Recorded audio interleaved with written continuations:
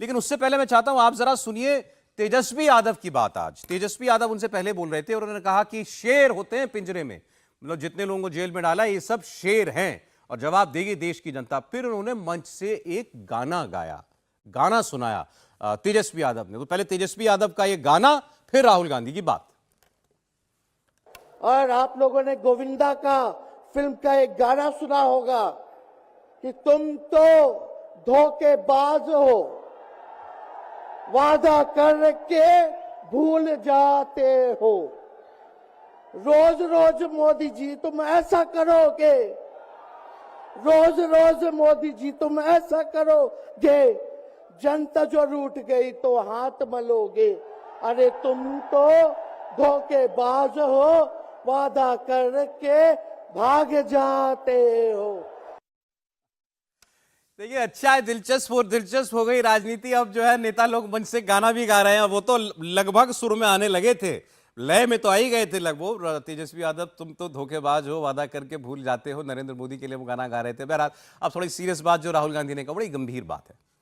आप चलते ही चुनाव है, चुनाव के बीच में आप ये कह रहे हैं कि चुनाव फिक्स है। चुनाव के बीच में आप ये कह रहे हैं कि अंपायर यानी कि इलेक्शन कमीशन पर दबाव डाल दिया गया है। आप कह रहे हैं कि प्लेयर खरीद लिए गए हैं, मतलब चुनाव जो लोग करा रहे हैं वो सब खरीद लिए गए हैं। आप कह रहे हैं कि हमारी टीम के प्लेयर्स को जेल में डाल दिया गया। चले ये बात तो राजनीतिक आरोप हम कोई मान भी ले, लेकिन आपने पूरे चुनावी व्यवस्था के ऊपर सवाल खड़ा कर दिया राहुल गांधी ने। आज राहुल गांधी ने यह कह दिया कि इस चुनाव का नतीजा सब लोग जानते हैं क्या होगा। मतलब क्या राहुल गांधी ने हार मान ली है? चुनाव का नतीजा आने से पहले, चुनाव में वोट पड़ने से पहले, आप वोट अभी नहीं पड़ा है, तब राहुल गांधी ने यह बात कह दी है। इस बात को हल्के में नहीं लिया जा सकता और बात यहां से अब आगे बढ़ेगी। ये सवाल कांग्रेस पार्टी से पूछा जाएगा। जो राहुल गांधी कह रहे हैं वो कांग्रेस पार्टी की सबसे बड़े नेता हैं इस वक्त ना, मतलब एक्टिव नेता। वो अगर वो उनको ये लगता है कि चुनाव का नतीजा फिक्स हो चुका है, तो फिर इस चुनाव में उनकी पार्टी का क्या काम? क्या बाकी विपक्ष के नेता राहुल गांधी की बात से सहमत हैं? क्या बाकी तमाम लोग जो यहां मंच पर हैं उन सबको भी यह लगता है कि चुनाव का नतीजा फिक्स है? तो फिर सभी लोगों को यह बात कहनी चाहिए थी, सिर्फ राहुल गांधी ने यह बात क्यों कही? फिर अखिलेश यादव भी, तेजस्वी यादव भी, बड़े नेता और जो हैं सब लोग यही बात बोले कि चुनाव का कोई मतलब नहीं है, चुनाव का नतीजा तो फिक्स कर दिया गया। नरेंद्र मोदी ने पहले ही चुनाव को में बेईमानी कर ली है। और अगर ऐसा है तो फिर उनको सारे इन पार्टियों को एक मंच पर आकर यह कहना चाहिए, बल्कि एक प्रेस कॉन्फ्रेंस करके इस बात का इल्जाम लगाना चाहिए कि हम केवल बैलेट पेपर वाला इलेक्शन लड़ेंगे, हम ईवीएम वाला इलेक्शन नहीं लड़ेंगे। और ईवीएम की लड़ाई कब तक होगी? ईवीएम की यह बहस कब तक होगी? अभी तो 4-5 राज्यों के चुनाव हुए, उसमें एक तेलंगाना कांग्रेस पार्टी जीती ना, और अच्छे मार्जिन से जीती।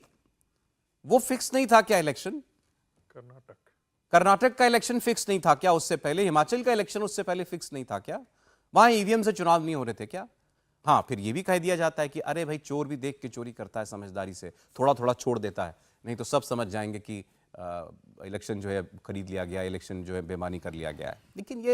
लेकिन ये इस पूरी लोकतांत्रिक हमारी प्रक्रिया को बहुत हल्के स्तर पर ले जाने वाली बात है। 100 करोड़ जनता वोट डालने जा रही है, 100 करोड़ जनता लगभग, मजाक नहीं है। दुनिया का सबसे बड़ा इलेक्शन है और आपने आए और आपने एक लाइन में कह दिया कि इसका तो नतीजा फिक्स है। बहरहाल इस पर हम लोग बात करें। राहुल गांधी की बात आप सुनी लीजिए, फिर इस पर आगे चर्चा करते हैं। एम्पायर पर दबाव डालकर, प्लेयर को खरीदकर, कैप्टन को डराकर मैच जीता जाता है। क्रिकेट में उसको मैच फिक्सिंग कहा जाता है। हमारे सामने लोकसभा का चुनाव है। अंपायर किसने चुने? नरेंद्र मोदी ने। हमारी टीम में से मैच शुरू होने से पहले 2 खिलाड़ियों को अरेस्ट करके अंदर कर दिया। तो भाइयों और बहनों, ये जो चुनाव हो रहा है, नरेंद्र मोदी जी इस चुनाव में मैच फिक्सिंग करने की कोशिश कर रहे हैं।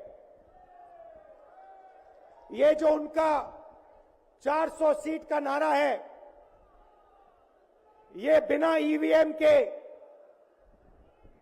बिना मैच फिक्सिंग के, बिना सोशल मीडिया और प्रेस पर दबाव डालकर खरीदकर ये 180 पार नहीं होने जा रहा है। सब मिलाकर